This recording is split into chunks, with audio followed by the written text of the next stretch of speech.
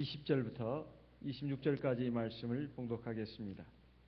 누가복음 11장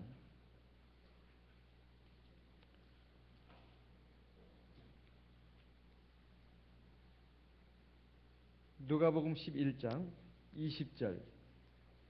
그러나 내가 만일 하나님의 손을 힘입어 귀신을 쫓아내는 것이면 하나님의 나라가 이미 너희에게 임하였느니라.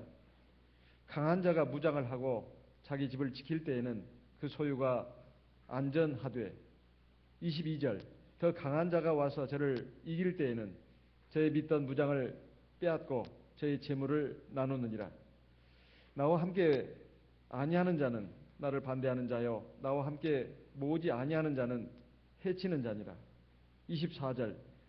더러운 귀신이 사람에게서 나갔을 때에 물 없는 곳으로 다니며 쉬기를 구하되 얻지 못하고 이에 가로되 내가 나온 내 집으로 돌아가리라 하고 와 보니 그 집이 소재되고 수리되었거늘 이에 가서 저보다 더 악한 귀신 7을 데리고 들어가서 거하니 그 사람의 나중 형편이 전보다 더 심하게 되느니라. 여기 있는 말씀 우리 잘 아는 말씀입니다. 예수님께서 귀신 들린 사람을 갖다가 고쳐주셨습니다. 그 앞에 나오는 말씀이 바로 그런 내용입니다. 14절부터 19절까지 있는 말씀이 바로 그런 내용입니다. 한 벙어리 귀신 들린 사람을 갖다가 놓고 그 사람에게 귀신을 명해가지고 나가게 했습니다. 그래가지고 벙어리가 이제 말을 하게 되고 정상을 회복했습니다. 여기에 대해서 많은 유대인들이 말하기를 예수님이 귀신의 왕 바알세불을 힘입어서 귀신을 쫓아낸 것이다 이렇게 말했습니다. 그러면서 하늘로서 오는 표적을 구했는데 여기에 대해서 예수님 말씀하신 내용은 17절부터 쭉 나오는 말씀입니다. 스스로 분쟁한 나라가 어떻게 설 수 있겠느냐. 황폐해질 것이고 결국은 집이 무너지게 될 것이다. 17절에 나오는 말씀입니다.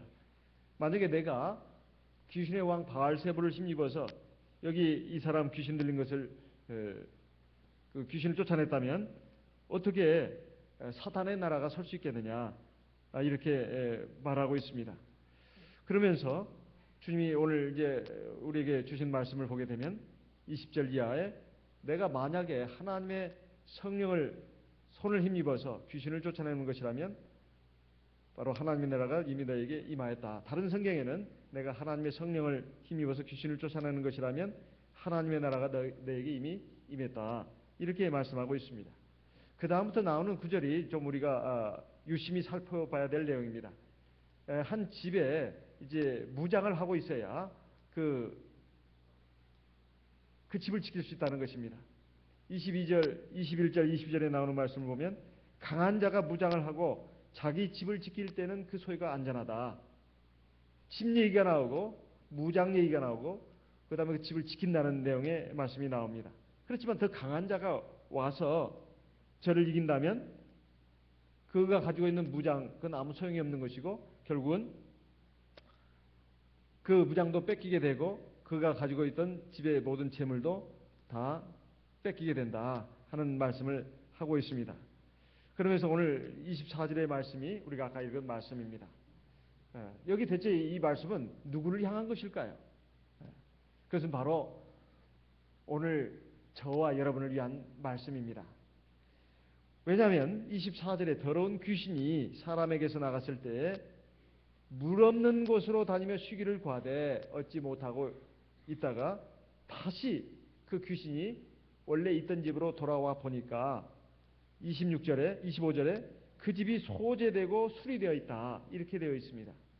이것은 다 영적인 뜻이 있는 말씀입니다. 왜 귀신이 물 없는 곳으로 돌아다닐까? 그리고 왜 그 귀신이 다시 그 전에 살던 집으로 돌아왔는가? 와서 보니까 너무나 깨끗하게 청소가 돼 있고 수리가 돼 있더라 이 말이죠. 그래서 자기보다 더 나쁜 귀신을 7을 데리고 와서 거기 거했다. 실제로 귀신을 7을 데리고 온다는 말이 아니라 아주 더 많은 귀신을 데리고 온다는 말입니다. 자, 이게 왜 우리에 관한 말씀인가 하는 것입니다. 하나님의 관심은 사실 세상의 모든 사람들이 구원받는 데 있습니다. 그렇지만은 이 믿음이라고 하는 것이 모든 사람들이 다 가질 만한 것은 아니라고 또 성경에 보면 나와 있습니다. 그래서 하나님께서 자기를 믿고 사랑하고 그 나올 사람들, 그래서 하나님이 베풀어 놓으신 구원의 경륜을 믿음으로 받아들이고 그걸 순종해서 구원받을 사람들을 하나님께서 창세전부터 아시고 택하십니다. 그래서 하나님의 구원받는 백성으로 불러주셔가지고 예수를 믿게 하시고 그리고 물과 성령으로 거듭나게 하십니다. 우리가 예수 그리스도를 믿는 것만으로 죄사함 받지 못한다고 하는 것은 이미 잘 알고 있는 사실입니다. 우리가 예수를 믿고 물 세례를 받을 때 우리 죄가 다 사함받는다. 이것을 또 우리도 너무나 많이 들어왔습니다. 예수님께서 십자가에서 우리 죄의 값을 갚으시고 죽으셨을 때 로마 군병이 옆구리를 찔렀더니 피와 물이 나왔다 이렇게 되어 있습니다. 피와 물이 나왔다.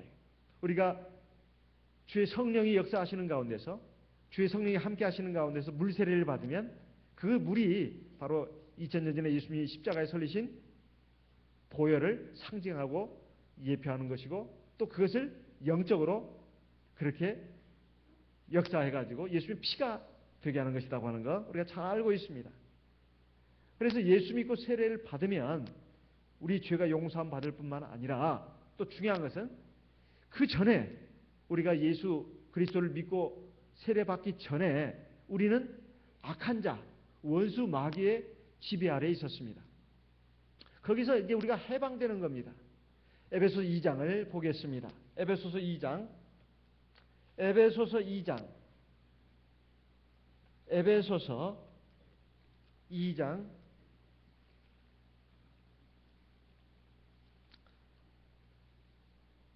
1절 2절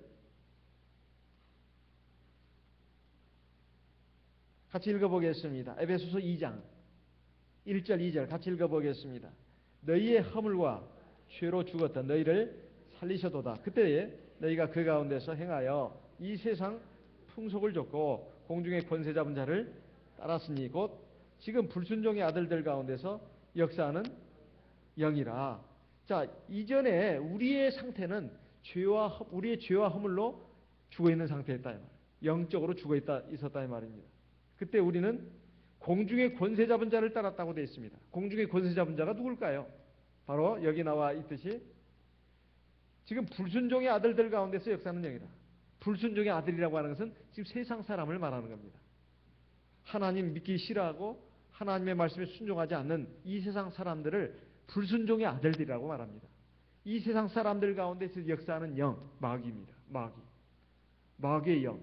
이 마귀의 영을 우리가 따랐고 그 지배하에 있었다는 것입니다. 그런데 우리가 이제 예수의 보혈로 말미암아 우리가 값없이 죄 사함을 받는 그러한 은혜를 받았습니다. 이것은 바로 우리가 물세례 받을 때 사실 이제 원수 마귀의 권세로부터 해방된 걸 말합니다. 그래서 우리 교회에 세례 받고 귀신 나간 역사가 굉장히 많습니다. 지금 우리 한국은 그렇게 그런 그 간증이 그렇게 많지는 않습니다. 하지만 대만, 타이완에 보면 그런 간증이 너무 많지 않습니까? 귀신 들렸다가 예수 믿고 세례 받고 귀신이 나간 역사라든가 이것이 굉장히 많다 이 말이에요. 그래서 예수 믿고 물 세례를 받으면 귀신이 떠나갑니다. 또 성령을 받게 되면 귀신이 떠나갑니다. 우리 교회에 한 모친님이 계셨는데 예수 믿고 성령을 받았습니다. 우리 교회 나와서 성령을 받았어요. 그런데 자기가 세례 받지는 않았습니다. 그저 자기 조카인가 자기 동생이 세례 받는 데 가서 그것만 지켜봤을 뿐이에요. 그런데 자기가 교회 와가지고 기도하는데 성령을 받았습니다. 그런데 그 뒤로 자기는 세례를 안 받았어요. 아주 오랫동안 세례를 안 받았습니다. 지금 우리 교회 본교회에 나오고 있는 김정자 모치님 지금 오늘 나오셨나 모르겠네요. 어디 계신가요?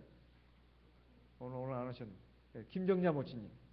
이분이 저한테 늘 그런 얘기를 했습니다. 목사님, 제가 밤마다 이 마귀 꿈을 꿉니다. 여러 가지 어지러운 꿈을 꾼다는 거예요. 그래서 참 이상하다. 아니, 이 양반이 성령을 받았는데 왜 이런 이상한 꿈을 꾸는가? 그래 마귀가 그래 어떻더냐고 그러니까 막 뭐 형상을 얘기하는데 시커먼 뭐 형체에다가 빨간 도끼 눈을 뜨고 있고 뭐 이런저런 얘기를 제가 몇 번 들었습니다. 그래도 참 이상하다. 기도합시다. 기도합시다 그랬어요. 근데 최근에야, 그게 작년입니다. 이제 자기가 세례를 안 받은 것 같다는 거야. 아무리 생각해도. 그래서 그럴 리가 있나요? 그러지 않고서 어떻게 수십 년간 우리 교회에서 신앙생활을 할 수 있단 말입니까? 그래도 좀 자기는 안 받은 것 같다는 거예요. 그러면 그때 당시에 목자님이 누구셨습니까? 그러니까 원로 목자님 누구를 이름을 대는 겁니다. 그러면 그분한테도 한번 물어보세요. 저도 한번 물어보겠습니다. 그래가지고 저는 이제 한번 물어봤더니 받았을 텐데 또 그런 말을 하는 거예요. 안 받을 리가 있나? 그런데 그분이 계속 또 얘기를 하고 그랬던 모양입니다. 그랬더니 나중에 하는 말이 안 받은 것 같다고 그러는 거예요. 안 받은 것 같다. 그래가지고 결국 어떻게 했나? 세례를 받았습니다. 대만에도 이런 경우가 있습니다. 세례를 받았는지 안 받았는지 기록도 없고 이 모치님처럼 말이에요. 그리고 기억도 불분명하고 이럴 경우에는 다시 바칩니다. 그럴 경우 다시 바쳐요. 그래서 그런 춘례가 있기 때문에 이제 작년에 세례를 바쳤는데 어린애처럼 좋아하지 않았습니까? 그런데 참 신기한 것이 뭐냐면 세례 받고 나서부터는 밤에 꿈에 밤에 잠을 자면서 그 마귀가 나타난 일이 없어졌답니다. 이것은 우리 교회 목포교회에서도 있었던 일입니다. 목포교회에서도 있었던 일. 어떤 분이 귀신 들려가지고 세례를 받았는데 이분이 막 그냥 그 귀신의 마귀에 시달리던 그런 분이었죠. 근데 세례를 받았는데 여전히 마귀가 안 나간 거예요. 그래서 왜 안 나간가 봤더니 밤에 늘 괴롭히는 겁니다. 나는 너와 지금도 함께 있다. 너와 지금도 함께 있다는 거예요. 그게 참 희한하게 생각했어요. 아니 세례를 받았는데 왜 귀신이 함께 하냐 이 말이에요. 그래서 나중에 보니까 머리카락이 찾더라 안 들어갔다. 머리카락이. 그래서 어디 있나 했더니 머리카락이 있다는 겁니다. 머리카락이. 그래가지고 또 여러 사람들의 그 의견을 들어보고는 다시 세례를 받았는데 이번에 물속에 풍덩 집어넣었습니다. 그러고 나서부터는 귀신이 사라졌다 이 말이에요. 이게 웃을 얘기가 아닙니다. 이것은 사실상 마귀가 물세례를 굉장히 무서워한다는 거예요. 왜? 예수의 보혈이니까. 성령이 역사하는 가운데서 예수의 보혈이 역사하면 그건 바로 죄사함받는 효력 있는 참 세례가 돼가지고 마귀의 권세로부터 풀려나는 것입니다. 해방되는 것이다 이 말이에요. 얼마나 감사한 일입니까?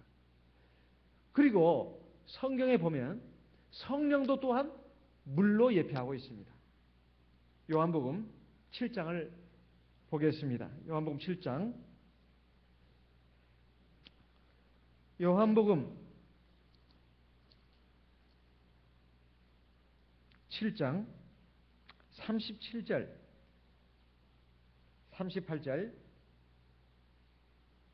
요한복음 7장 37절 38절 같이 읽어보겠습니다.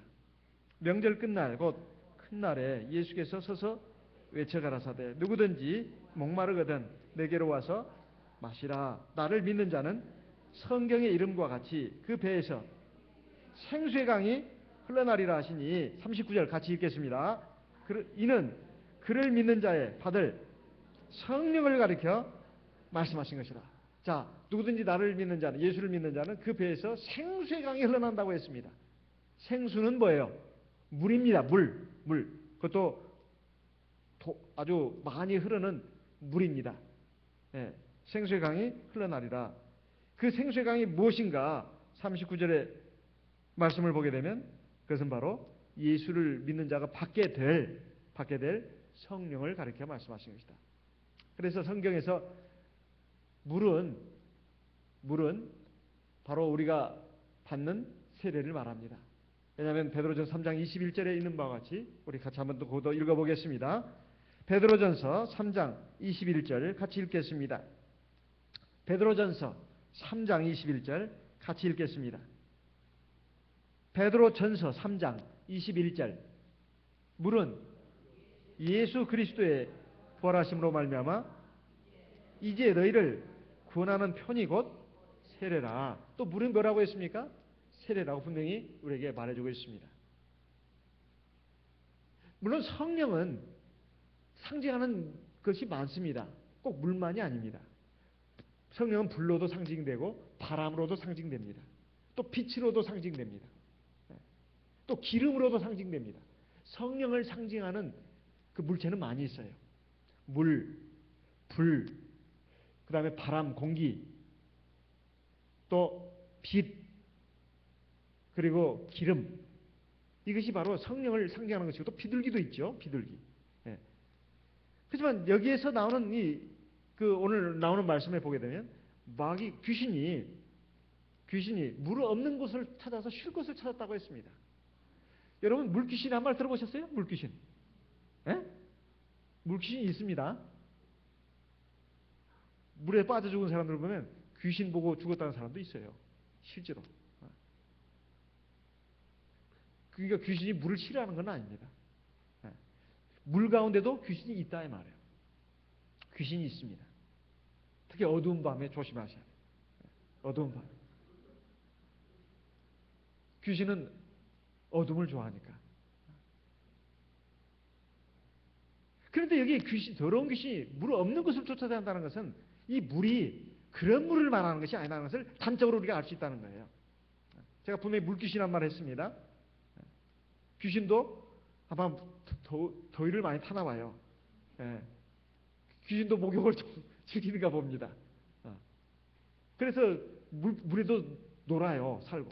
하지만 여기 물을 싫어해가지고 다닌다는 것은 이 물이 그런 물이 아니라 우리가 구원받을 때 받았던 물세례의 물을 말하는 것이고, 그리고 물세례를 받고 나서 받게 될 하나님의 선물로서 받게 될 성령을 가리키는 것입니다. 그러니까 이 귀신이 물에 한번 됐다 말이야. 되었어. 아유 무서워. 그 물이 뭐냐? 물세례 받은 사람은 무서워하는 거예요. 또 성령 세례 받은 사람은 무서워하는 겁니다. 그래가지고 그냥 쫓겨났던 사람이에요. 쫓겨났던 영입니다. 그런데 그러다가 그냥 물 없는 곳으로 쭉 다녔다고 되어 있어요. 근데 쉴만한 곳을 찾지 못했다. 얻지 못했다 이 말이에요. 그래가지고 다시 돌아왔다고 되어 있습니다. 내가 나온 내 집으로 한번 돌아가리라. 내가 나온 내 집이라는 것은 원래 살던 집입니다. 원래 살던 집이에요. 그러니까 이것은 우리 성도를 가리키는 것이다 이 말이에요. 세상 사람을 놓고 하는 말이 아닙니다. 세상 사람은 이미 어차피 마귀의 권세 아래에 있다 이 말이에요. 악한 영 아래에 있습니다. 그렇기 때문에 악한 영이 세상 사람들의 마음을 지배하고 있는 거예요. 하지만 하나님의 백성은 악한 영의 지배에서 벗어났습니다. 이거를 영적으로 상징적으로 지금 표현하는 것입니다. 그런데 그 집에 다시 돌아가고 싶다. 왜냐하면 그 집에 참 좋았거든요. 그런데 와서 보니까 그 집이 소재되고 수리됐다. 소재라고 하면 청소가 됐다는 말입니다. 이외에 같은 말씀에 대해서 마태복음 12장에도 나와 있습니다. 마태복음 12장을 보겠습니다. 마태복음 12장. 지금 주보가 지금 잘못되어 있네요. 마태복음입니다. 마태복음. 근데 이게 제가 그 체크를 잘 못했네요. 마태복음 12장으로 되어 있는데, 마태복음 12장. 마태복음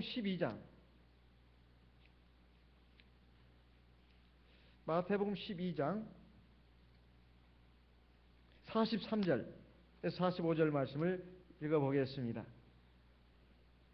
마태복음 12장 43절. 더러운 귀신이 사람에게서 나갔을 때에 물 없는 곳으로 다니며 쉬기를 구하되 얻지 못하고, 44절. 이에 가로되 내가 나온 내 집으로 돌아가리라 하고 와보니 그 집이 비고 소재되고 수리되었거늘. 여기에 보면은 누가복음 11장의 말씀과 비교해 봤을 때 한 가지가 더 있습니다. 그 집이 비어 있다. 그 집이 비어 있고 소재가 되고 수리가 되었다. 그러니까 집이 비어 있습니다. 그리고 청소가 되어 있고 수리가 되어 있다. 요즘 날씨가 더워가지고 집집마다 문 열어놓고 사는 집이 많다고 합니다. 그래가지고 절도 강도 사건이 자주 일어나고 있다는 뉴스 보도를 들었습니다.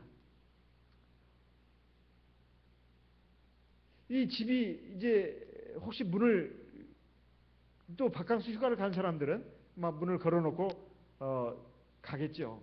그것을 절도범들은 아주 귀신같이 한다고 합니다. 그래가지고 뭐 그 가스 배관을 타고 올라가가지고 어떻게 문을 따고 들어간다거나 아니면 정문으로도 들어가는 방법이 있다고 합니다. 주인이 없으니까 얼마든지 뭐 물건은 마음대로 훔쳐갈 수 있는 것이죠. 그 빈집입니다. 근데 빈집이라 하더라도 이제 어떤 방비를 해놓는다면 지킬 수가 있는 거겠지만은 어쨌든 이 빈집은 바로 뭘 말하는 것이냐? 우리가 예수 그리스도를 믿고 구주로 믿고 물 세례 받고 성령 세례 받아서 하나님의 자녀가 되고 하나님의 백성이 됐다 하더라도 그렇게 해서 하나님 앞에 법적으로 의인이 되고 거룩한 백성이 됐다 할지라도 우리가 우리 자신을 무장하지 않는다면 그리고 꼭 필요한 것들로 채우지 않는다면 다시 강도를 당할 수 있다는 겁니다. 귀신이 들어올 수 있다는 거예요. 우리가 여전히 세례받고 성령을 받았다 하더라도 우리 안에는 육신의 정욕이 있고 옛사람의 본성이 있습니다. 옛사람의 기질이 있어요. 이걸 마귀가 가만 놔두지 않습니다. 우리가 비록 신분상으로는 의인이 되고 거룩한 백성이 됐다 하더라도 또 영적으로 봤을 때 하나님 앞에 거룩한 백성이 됐다 할지라도 사실 우리 안에 속이 다 뭡니까? 그 악이 제거가 되고 그 우리의 육체의 정욕이 제거가 된 것이 아니다 이 말이에요. 그러니까 마귀가 이제 참 더 좋아요. 더 좋아. 쉽게 말하면 이게 빈집이고 청소가 돼 있고 수리가 된 집과 똑같아요. 그러니까 아무것도 없이 무장도 안 돼 있고 그러면은 오히려 더 좋다는 것이죠. 마귀가 와서 더 날린다는 거예요. 하나님 앞에서 믿음 생활을 제대로 잘 하지 않으면 사실 마귀가 틈타기 쉽다는 것을 지금 이렇게 말씀하는 겁니다. 그럼 어떻게 하라는 것인가? 우리가 무장을 해야 된다 이거예요. 빈집 상태로 놔둬서는 안 된다는 것입니다. 뭘로 무장을 해야 될 것인가? 우리가 성경 말씀을 전체로 놓고 봤을 때 여기에 예수님이 아까 말씀하신 것처럼 강한 자가 무장을 하고 있으면 그 집을 지킬 수 있다. 이렇게 말씀하고 있습니다. 아까 누가복음 11장에 있는 말씀과 같이 강한 자가 무장을 하고 있으면 그 집을 지킬 수 있다. 하지만 더 강한 자가 온다면 그 더 강한 자에게 뺏긴다. 이렇게 되어 있어요. 이 세상에서 제일 강한 자가 누굽니까? 바로 우리 하나님, 주 예수 그리스도입니다. 그러니까 하나님으로 무장을 해야 된다. 그럼 하나님으로 무장을 한다는 것이 뭔가? 우리가 하나님으로 무장한다는 거 했을 때 우리가 지금까지 쭉 들어온 말씀으로 보면 다 정리가 될 수가 있습니다. 첫째는 하나님의 말씀으로 우리가 무장이 돼야 된다. 하나님의 말씀으로. 그래서 에베소 6장에 보면 하나님의 전신갑주를 입으라고 하면서 세 가지를 말하고 있죠. 첫째는 믿음, 그 다음에 하나님의 말씀, 성령의 기도.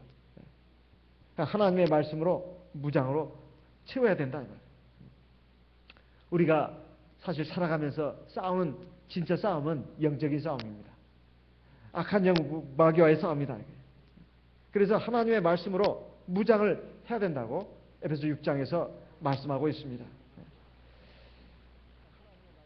그리고 또 성령의 기도로서 무장을 해야 합니다. 이것으로 무장이 안 되면 사실 우리는 굉장히 허약한 집이 되는 겁니다. 우리가 하나님의 말씀을 가지고 무장을 해야 된다는 것은 아무리 우리가 예수 믿고 물과 성령으로 거듭나 있어도 지금 깨끗한 상태가 되어 있습니다. 하지만 하나님의 말씀으로 무장이 안 되어 있으면 속에 사실 아무 생각이 없는 식물인간과도 같은 것이고 또 어린아이와도 같은 겁니다. 그 안에 사람이 뭐가 중심이 바로 서야 되는데 그 중심이란 게 뭐냐? 하나님의 말씀입니다.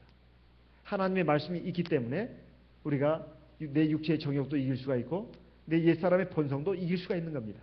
이것이 없는 사람은 이길 수가 없어요. 자기 본성을 못 이깁니다. 자기 성격을 못 이겨요. 화가 날 때 화도 다 내버리는 것이고 그리고 죄악의 유혹이 올 때 거기에 쉽게 넘어가 버립니다. 제가 한국에 와서 미국 워싱턴 타임스 서울 특파원으로 일하는 이 한 영국인의 그 글을 봤습니다. 신문에 상당히 거기에 대해서 지금 인터뷰를 하는 기사가 나왔는데, 몇 년 전에 자기가 딸을 데리고 공원에 갔다가 아주 깜짝 놀란 일을 겪었다는 것입니다. 자기가 운동을 하고 당시 그 9살이었던 자기 딸은 다른 애들과 놀고 있었다는 거예요. 한국 애들이죠. 근데 갑자기 시끄러운 소리가 나서 아빠로서 자기가 걱정이 되니까 빨리 뛰어가 봤습니다. 그랬더니 웬 할머니가 자기 딸 아이를 놓고 꽉 붙들면서 한 5살쯤 되어 보이는 그 손자한테 이 아이를 때리라고 막 그런다는 거예요. 너도 빨리 이 아이의 머리를 돌로 때려주라는 거예요. 할머니 말이. 그 5살짜리 되는 아이한테 자기 딸을 놓고 막 붙잡고는 어서 이 아이를, 여자아이를 때려주라고 그러더라는 거예요. 그러니까 왜 그러냐고 이제 이 영국 특파원이, 영국 사람이 물어보니까 할머니 하는 말이, 당신 딸이 내 손자를 밀었다는 거예요. 자기 손자를 밀었다는 겁니다. 그래도 우리 손자가 갚아줘야 된다는 거예요. 그래서 이 영국인이 깜짝 놀래가지고 자기 딸한테 말했대. 빨리 사과해라. 그리고 사과했습니다. 그래 간신히 봉변을 면했다는 겁니다. 그렇지만 이 영국인이 속으로 굉장히 큰 충격을 받았다는 거예요. 그 할머니가 자기 손자에게 가르친 것은 뭐냐? 화가 나면 분출하라는 거예요. 화가 나면 분출하라. 근데 한국 사람이 물론 다 그렇지는 않을 것이다. 이렇게 전제를 했습니다. 그래도 자기가 보기에 한국 사람들 상당수가 욱해서 저지르는 행동들,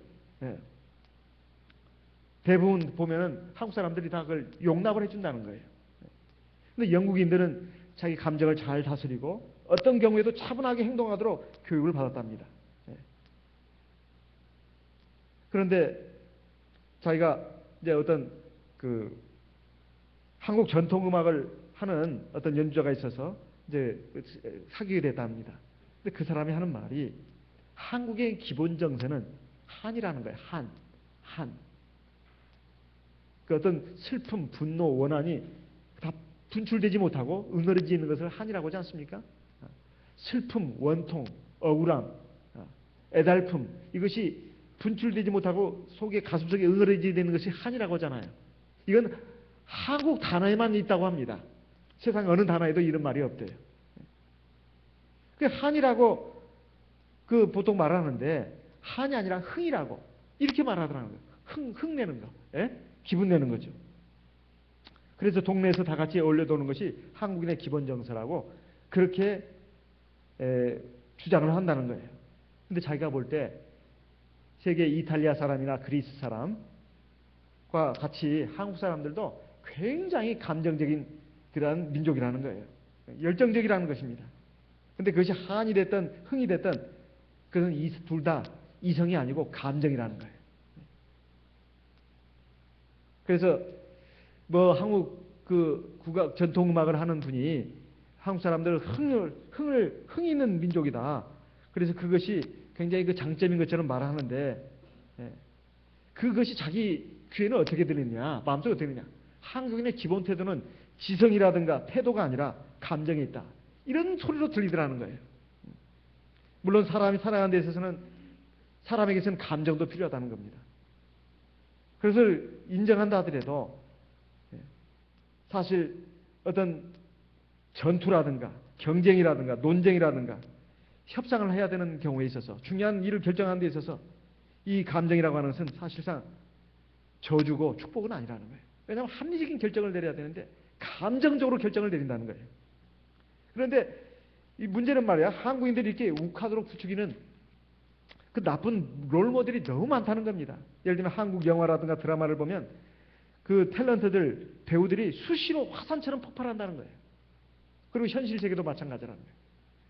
어떤 엘리트마저도 욱하고 대기업 총수도 자기 기분에 마음에 안 맞으면 폭력배들 동원해가지고 그냥 혼돈내준다는 것입니다. 실제로 그런 일이 있었잖아요. 그리고 그들 자녀는 어떠냐? 욱하면 호텔 안에 들어가서 기물도 막 파괴한다는 거예요.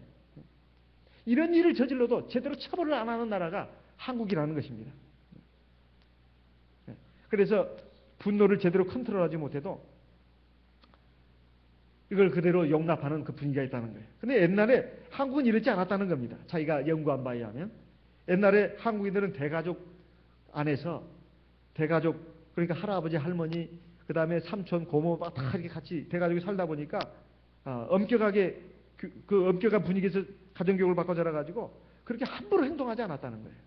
근데 요즘 핵가족화돼가지고 아이들이 막 참지를 못한다는 거예요. 막 자기 성질 다 내고 막 자기 멋대로 행동하는 그 버릇이 있답니다. 식당에 가서 아이가 막 그 식탁 위로 막 뛰어다녀도 그걸 뭐라고 하면 오히려 화를 내는 사람들이 지금 한국 사람들 아닙니까? 아니 애가 또 뛰어놀 수도 있지 왜 그걸 야단치냐고. 왜 남의 애를 갖다가 야단치냐고. 오히려 막 그 멱살 잡고 싸운다 이 말이에요. 학교에서도 선생님이 아이들을 제대로 훈육도 못합니다. 왜냐하면 그 부모가 와가지고 교사 뺨까지 때리니까요. 머리채 잡고 흔듭니다. 지금 이런 지경이 됐다 이 말이에요.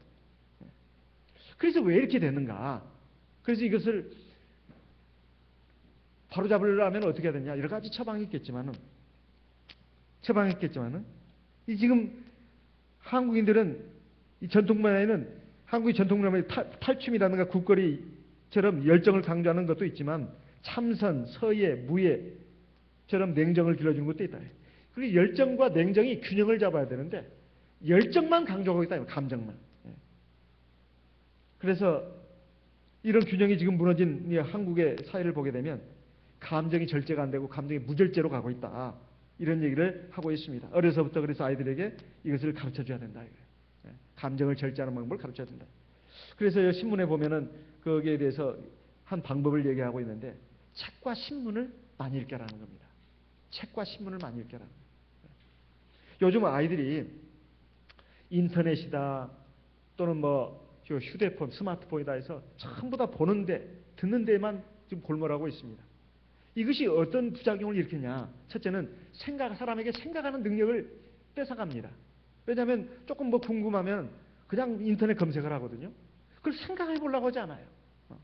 그리고 요즘은 저도 자동차 운전합니다만 예전에는 지도를 보고 찾아갔습니다. 그래서 지도를 보는 것이 굉장히 익숙했어요. 그리고 지도가 없으면 그걸 기억을 합니다. 길을. 근데 요즘은 그럴 필요가 없어요. 어찌 내비게이션에 있는 아가씨가 친절하게 가르쳐 주는지. 목소리도 참 이뻐요. 그래가지고 가르쳐 주다 보니까 요즘은 길치가 되다시피 했습니다. 꼭 그것뿐만이 아니에요. 사람이 생각하는 능력을 잃었어요. 차분히 생각하고 마음을 가라앉히고 이것이 안 되고 참 즉흥적이 됩니다. 그렇다 해서 스마트폰이라든가 그 다음에 또 스마트폰에서 요즘 카카오톡 또는 트위터 또는 페이스북 이런 것들이 필요 없다는 말이 아닙니다. 그 문명의 이기들을 적절히 활용하는 것도 지혜입니다. 하지만 거기에 지나치게 몰두하는 것은 위험한 일이다 이 말이에요. 지나치게 몰두하는 것은. 그것을 사용 안 할 수는 없습니다. 인터넷 시대에 그 편리한 그 기구를 갖다가 이용 안 한다는 것은 그건 바보짓입니다. 하지만 그로 인해 가지고 우리가 기도할 시간도 없고 성경 볼 시간도 없다면 이건 큰 문제입니다. 책 볼 시간도 없다 이 말이에요. 그래서 많은 지성인들이 전문가들이 뭘 강조하고 있느냐? 활자로 된 글들을 많이 읽게 하라는 거예요. 그래야 사람이 차분해지고 그리고 생각하는 능력이 길러진다는 겁니다. 그래서 책과 신문을 읽게 하라는 거예요. 저는 이것이 굉장히 타당한 말이라고 생각합니다. 타당한 말이라고 생각해요. 사실 인생의 시간은 한정되어 있습니다. 그리고 하루 시간도 24시간 한정이 되어 있어요. 생각해 보세요. 그중에 6시간, 최소한 6시간은 잠을 자야 되잖아요. 많게 자는 사람은 8시간도 잡니다. 6시간에서 8시간, 8시간을 잔다고 칩시다. 충분하게 자면. 그러면 3분의 1입니다. 하루 24시간 3분의 1은 잠이에요. 인생 60년 산다 했을 때 20년은 잠으로 갑니다. 나머지 40년은 우리가 사는데 거기도 밥 먹고 또 일하는 시간이 또 한 8시간, 10시간 되잖아요. 그러면 나머지 시간에 우리가 식사도 하고 여가 생활을 하는데 그 여가 생활을 할 수 있는 시간은 사실은 또 정해져 있습니다. 그 시간을 가지고 우리가 어떻게 활용하느냐 여기에 따라서 그 사람이 차분한 사람이 되느냐 들뜬 사람이 되느냐 이렇게 되는 거예요. 오늘날 왜 많은 청소년들이 이 지경이 됐는가? 그것은 사실은 가정에도 문제가, 가정이 지금 옛날과 달리 핵가족화된 데도 문제가 있고, 사실 부모네들이 다 이렇게 돌볼 수가 없습니다. 그래서 학교 교육이 다 바뀌었는데, 학교 교육도 지금 지식 교육이다 이 말이에요. 그러니까 아이들이 정서적으로 그리고 지성적으로 인성을 기르는 데는 굉장히 취약합니다. 그래서 요즘 보면 어느 학교에서 중학교 교사가 3학년 어느 아이에게 휴대전화를 수업 시간에 압수했습니다. 수업 시간에 그 휴대폰 가지고 딴짓하니까. 그랬더니 그 아이가 휴대폰 내놓으라고 막 소리를 지르면서 엉엉 울더라는 거예요. 그래서 담임 선생님이 이제 나중에 물었습니다. 왜 이렇게 됐냐 하니까 자기는 휴대전화가 없으면 미친다는 거예요. 스트레스가 안 풀린다는 거예요. 그러니까 휴대폰에 중독된 거죠. 꼭 그 게임 중독만 있는 게 아닙니다.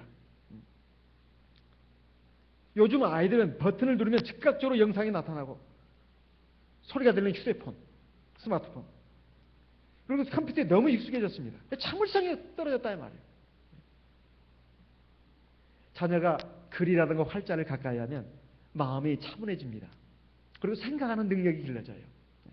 아니 스마트폰에서 읽으면 되지 않냐고. 그렇지 않습니다. 스마트폰은 이게 기계 화면에 나타나는 것이기 때문에 조급증이 있어요. 화면이 수시로 바뀔 수가 있습니다. 그러나 책은 그게 아니거든요. 손으로 넘겨야 돼.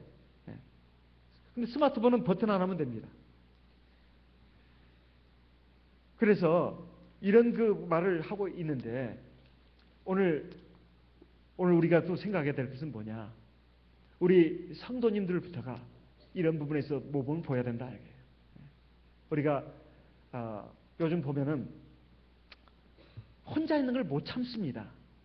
그래가지고 그냥 누구한테 전화질이라도 해야 된다 이 말이에요. 아니면 TV라도 켜야 합니다. 혼자 못 견뎌요.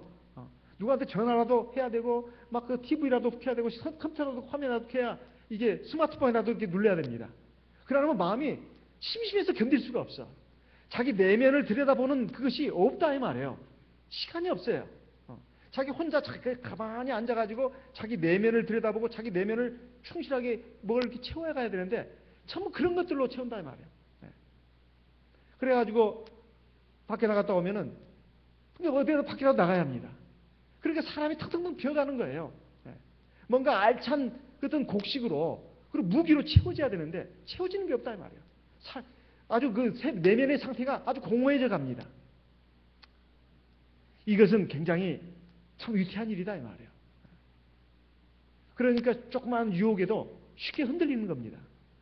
그리고 조그마한 일에도 감정이 막 일어나는 거예요. 그걸 참지를 못하는 겁니다. 요즘 뭐 어떤 특정한 사람 하는 게 아니에요. 거의 다 지금 그런 추세로 가고 있다 이 말이에요. 이래서 제가 지난 시간에도 말씀드렸습니다. 일본에 가면은 저는 일본 사람 정말 좋아하지는 않습니다. 하지만 좋은 점은 인정해주고 배워야 된다는 그런 생각이 있습니다. 일본의 거리에 가면은 정말로 휴지가 안 떨어져 있어요. 저희는 여기 아침 저녁으로 가끔씩 산보를 하다 보면 너무나 많은 쓰레기들이 떨어져 있는 걸 보고 아주 정말 너무나 울적합니다. 울적해. 제가 몇 번 죽기도 했어요. 착한 일 하려고 한 것이 아니라 내 마음이 너무 힘드니까. 근데 이것도 매번 할 수도 없는 거 아니겠습니까?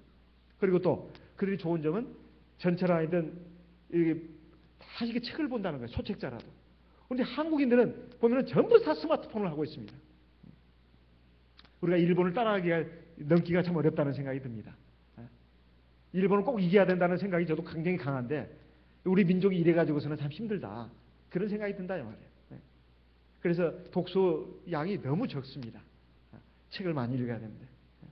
근데 여기에 대해서 이미 바울 사도는 디모데에게도 말을 했습니다. 디모데 전서 한번 보겠습니다. 디모데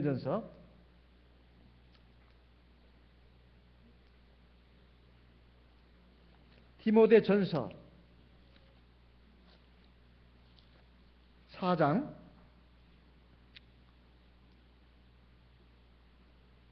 12절 13절 같이 읽어보겠습니다. 누구든지 내 연소함을 업신여기지 못하게 하고 오직 말과 행실과 사랑과 믿음과 정절에 대하여 믿는 자에게 본이 되어 13절 내가 이를 때까지 읽는 것과 권하는 것과 가르치는 것에 창념하라. 여기 보면 읽는 것이 나옵니다. 제가 영어 성경, 원어 성경을 보니까 reading으로 나와요. reading.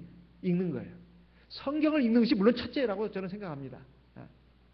아마 분명히 성경을 읽는 것을 말했다고 보기 때문에 요즘 나오는 표준 세번역 성경을 보면 성경을 읽는 것과 이렇게 번역을 해놨어요. 그러니까 원문 성경에는 읽는 것과 이렇게 나와요. 그러면 옛날에 성경을 제대로 읽을 수 있었는가? 사실은 이 사도교회 당시만 해도 성경이라고 하는 것은 뭡니까? 양피지에 써가지고 회당에만 보관되어 있었어요. 성전이나 회당에만. 그리고 그 엄청난 부피입니다. 일반 개인이 성경을 소지할 수가 없었어요. 그런데 열심히 읽으라고 지금 말하고 있습니다. 물론 성경을 많이 읽으라는 뜻입니다. 하지만 또 그 외에도 중요한 좋은 책들은 읽으라는 뜻도 있지 않나 이렇게 생각을 해볼 수 있습니다. 그래야 우리가 그 좋은 정신의 양식을 삼을 수가 있어요. 첫째는 성경을 읽는 것이 굉장히 중요합니다. 우리가 보통 일반 교회 성령도 없고 진리도 없다 해서 무시하기가 쉽지만은 거기 있는 신도들 가운데는 그래도 나름대로 참 우리가 참 본받아야 될 만큼 참 훌륭한 신앙생활 하는 분도 적지 않습니다. 그래서 어떤 70대, 80대 할머니는 공책에다가 성경을 다 적는 거예요. 그냥 눈으로 보는 것보다는 적는 것이 훨씬 더 많이 읽는 것이라고 합니다. 그걸 필사라고 하죠. 필사. 그래가지고 그것을 자기 아들, 며느리, 그리고 손자 주는데 벌써 10수년이 된 분도 있다고 합니다. 성경을 보면서 자기가 건강을 유지하고 또 자기 신앙도 더 자라가고 그리고 성경을 써나가면서 아주 자기가 많은 것을 깨닫게 됐다고 이렇게 고백하는 그 7, 80대 노인분들을 제가 신문에서 보고 깜짝 놀란 적이 있습니다. 저희 대방교도 지금 성경을 참 많이 읽습니다. 많은 성도들이 성경을 많이 읽어요. 이거 참 고무적인 일입니다. 참 너무 감사한 일이에요. 또 아침에 일어나서 하나님께 기도하고 성경도 보는 이것이 굉장히 중요합니다.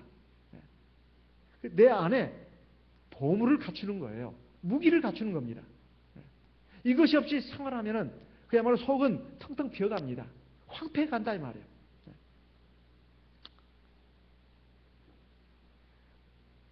그래서 저는 우리 성도님들에게 이 하나님의 말씀을 많이 읽을 것을 좀 권하고 싶습니다. 그리고 조금 남는 시간에 막 TV를 너무 많이 본다거나 TV 보지만 하는 게 아닙니다.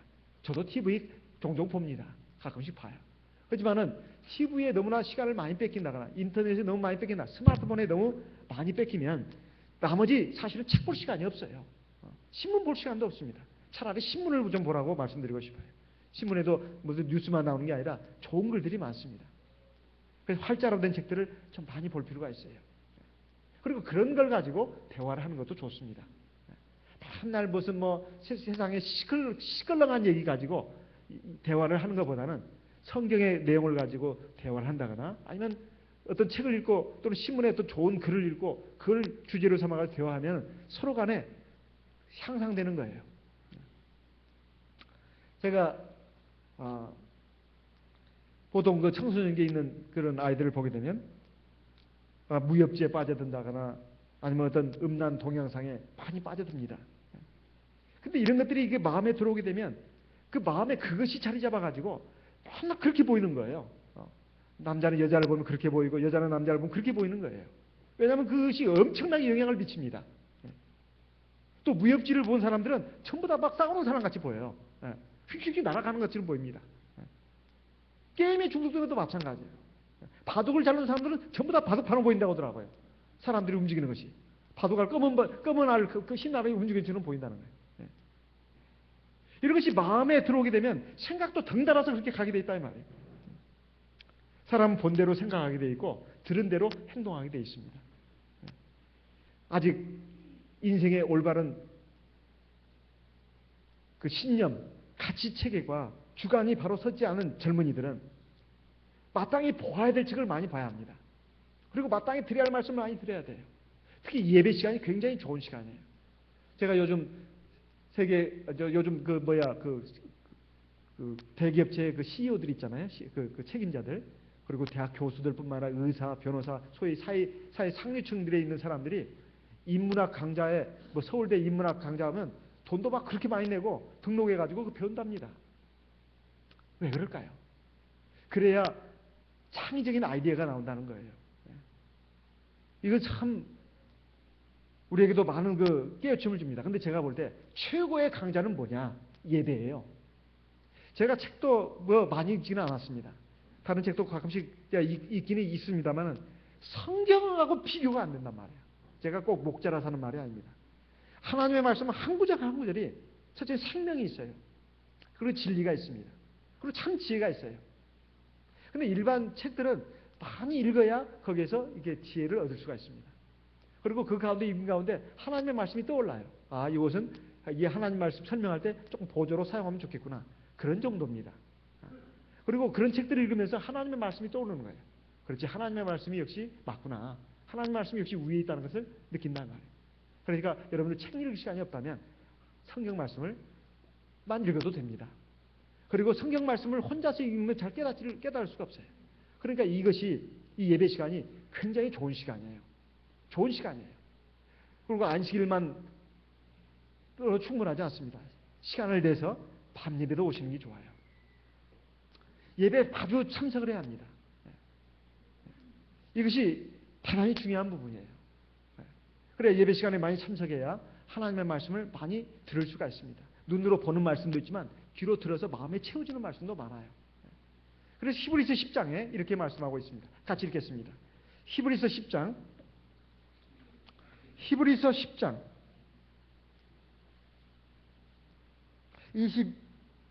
21절 히브리서 10장 21절 또 하나님의 집 다스리는 큰 제사장이 계심에 우리가 마음의 뿌림을 받아 양심의 악을 깨닫고 몸을 맑은 물로 씻었으니 참 마음과 온전한 믿음으로 하나님께 나아가자. 25절 같이 읽겠습니다. 25절 모이기를 패하는 어떤 사람들과 그 습관과 같이 하지 말고 오직 권하여 그날이 가까움을 볼수록 더욱 그리하자.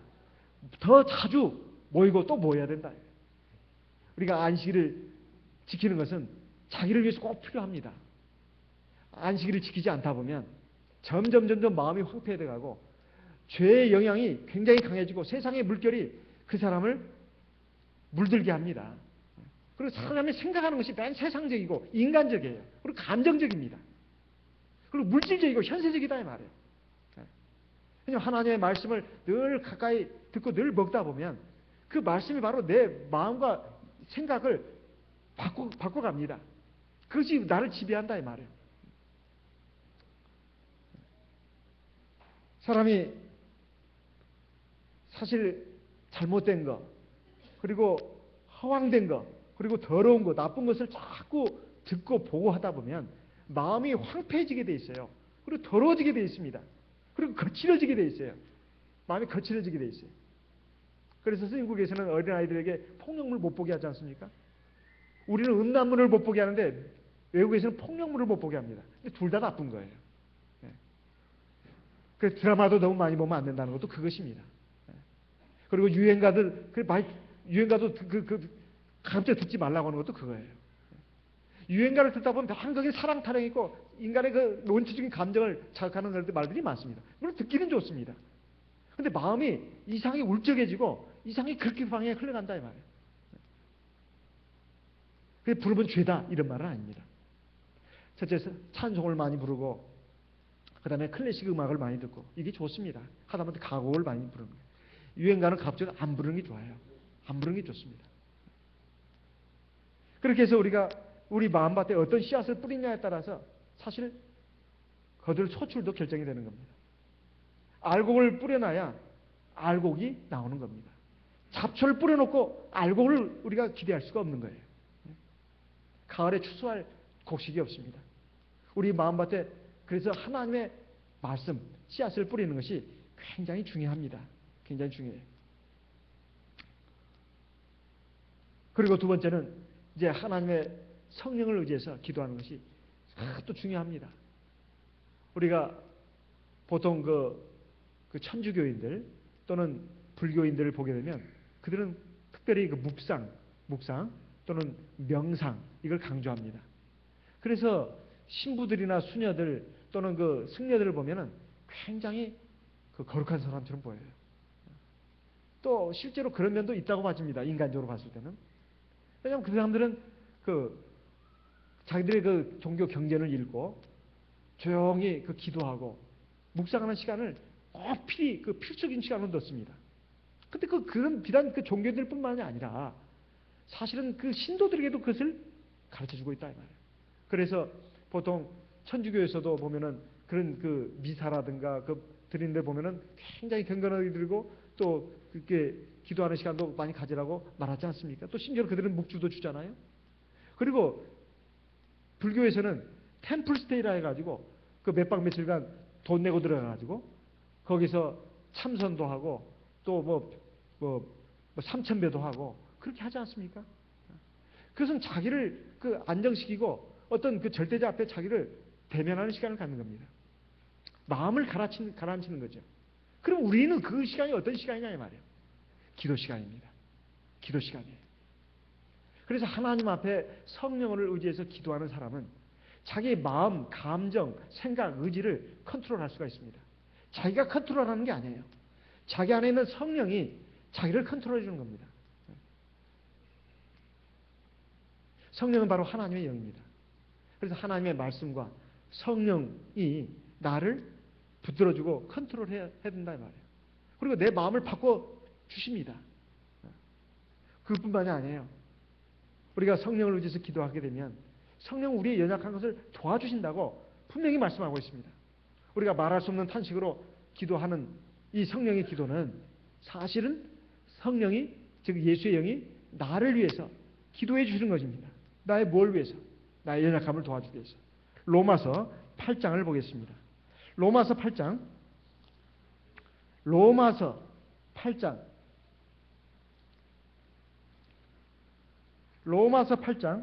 26절 같이 읽겠습니다.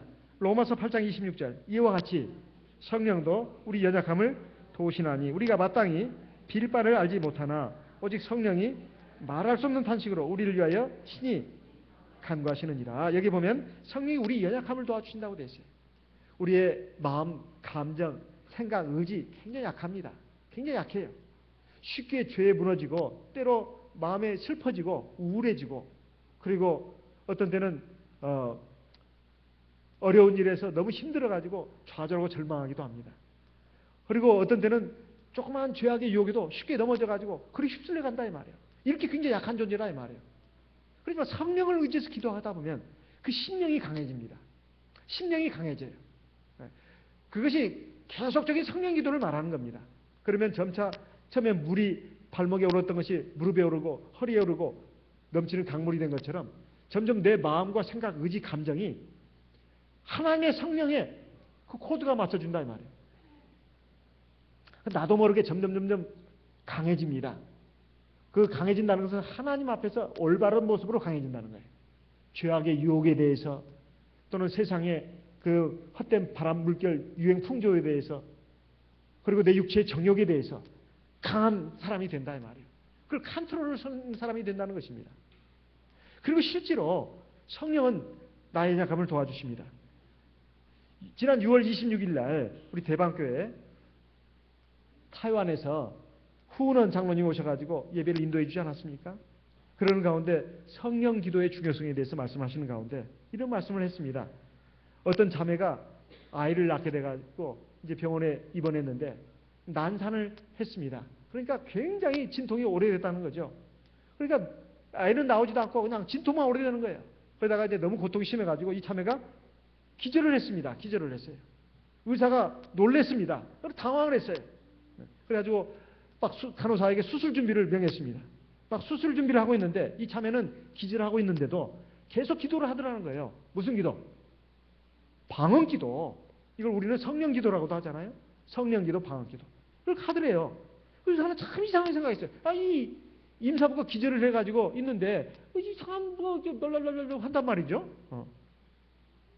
그런데 이제 의사가 이제 완전히 이제 수술 준비를 하고 이제 수술을 하려고 보니까 아기가 나온 거예요. 아기가 나왔어요. 수술 전에 아기가 무사히 태어나게 됐습니다. 이 자매님이 대체 어떤 기도를 했을까요? 자기가 너무 고통이 심하니까 성령을 의지해서 방언 기도한 거 아니겠습니까? 하나님, 나를 도와주세요. 나를 붙들어 주세요. 이 악이 무사히 나을 수 있게 해주세요. 기도하지 않았겠습니까? 네. 물론 기절했습니다. 육신적으로는 기절했습니다. 약하니까. 하지만 그 안에 있는 성령이 바로 이 자매님을 위해서 기도한 겁니다. 그 태중에 있는 아기를 위해서도 기도한 거다. 성령 기도가 이렇게 중요합니다.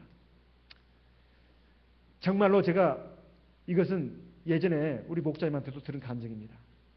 대만에서 있었던 일인데 두 형제가 상기도를 갔습니다. 그래가지고 기도를 하다가 한 형제가 주님의 말씀에 믿고 구하는 대로 다 들어주신다고 했는데 주님, 제가 이 산에서 기도하고 있는데 저 산 봉우리로 날아가게 해주세요. 기도했답니다. 기도하다 보니까 날아가는 거예요, 자기가. 그래서 그거 갔습니다. 그래서 옆에 있던 우리 형제가 기도하다 보니까 자기 친구가 없어요. 보니까 기도하면서 날아가고 있는 거예요, 저쪽으로. 그래서 이 형제도 기도했습니다. 주님, 나도 그렇게 하게 해주세요. 같이 나갔답니다. 무협지에나 나올 만한 얘기죠? 네? 근데 이게 사실이랍니다. 왜냐하면 대만의 왕명창 목사님이 그 중국의 복건성인가요? 갔을 때 이제 거기서 어느 정도 기간 일하다가 왔습니다. 와가지고 저희한테 그 간증을 해줬습니다. 80대 어떤 노인 할아버지 성도님이 교회에서 멀리 떨어진 곳에 살고 있는데 어떤 안식일에 자기가 교회 갈 차비가 없더라는 거예요. 그래서 하나님께 기도하기를 하나님 저 교회 가고 싶습니다. 그런데 그 차비가 없습니다. 하나님 저 교회 갈 수 있게 해주세요. 그렇게 간절히 기도하겠답니다. 그랬더니 천사가 나타나가지고 자기를 들어가지고 휘 해가지고 교회에다 딱 내려놓더래요. 그래가지고 안식일 오전 예배, 오후 예배 다 드리고 이제 또 천사가 휘 해가지고 자기 있던 곳에 들어놨답니다. 제가 제 귀를 의심했습니다. 제가 혹시 잘못 알았느냐 그게 사실이냐고 하니까 사실이라고. 거기 많은 성도들의 증인이 있다고. 성령은 이런 능력이 있습니다. 성령은 이런 능력이 있어요. 그래서 누가복음 24장에 보면 예수님께서 부활 승천하시면서 제자들에게 하신 말씀이 있어요. 너희는 하늘로부터 아버지의 약속하신 것을 기다려라. 하늘로부터 능력이 입히울 때까지 기다리라고 말하고 있어요. 거기는 성령이라는 말이 안 나오고 능력을 입히울 때까지라고 말하고 있습니다. 누가복음 24장을 보겠습니다. 누가복음 24장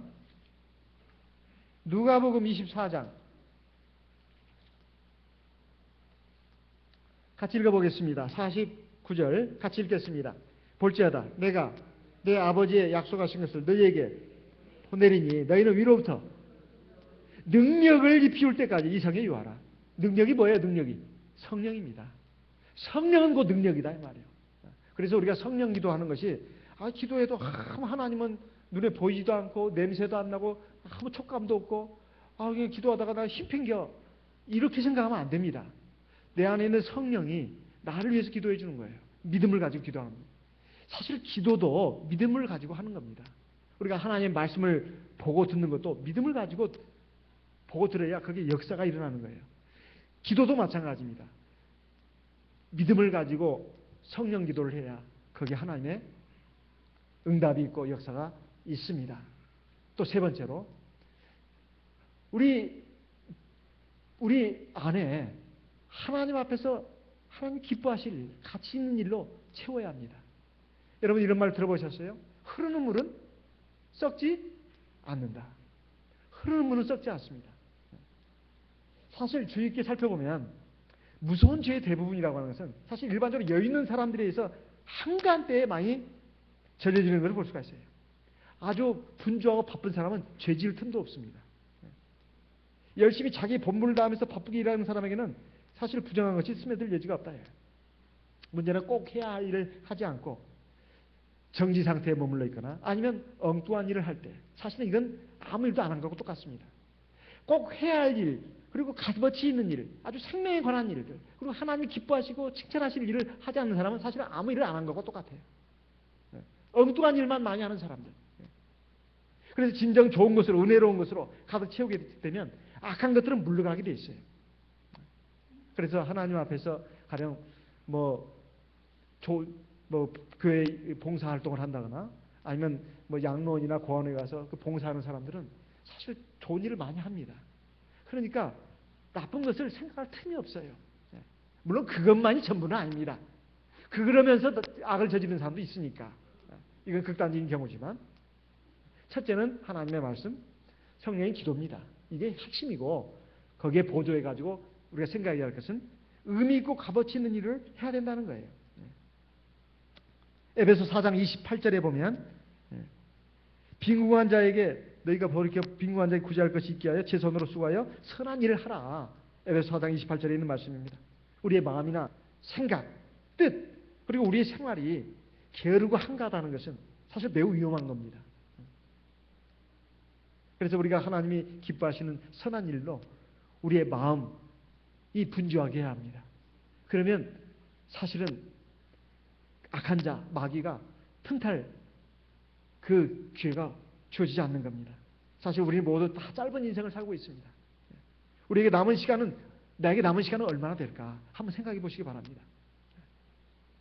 잠시 후면 내가 일하고 싶어도 일할 수 없는 날이 닥쳐올 겁니다. 얼마 남지 않은 인생을 정말로 의미 있고 값어치 있는 일로 가득 채워야 됩니다.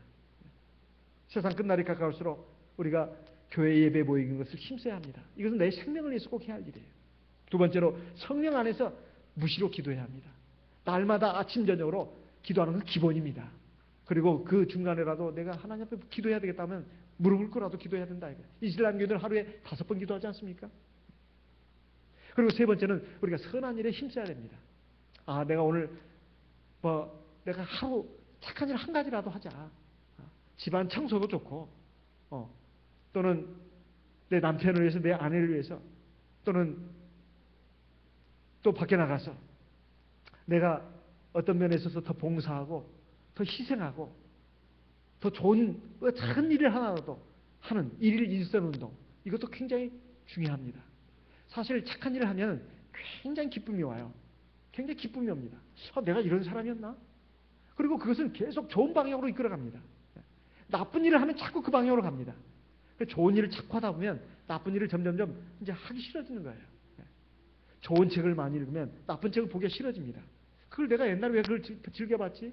좋은 음악을 많이 들으면 나쁜 음악이 듣기 싫어집니다. 소음이에요, 소음.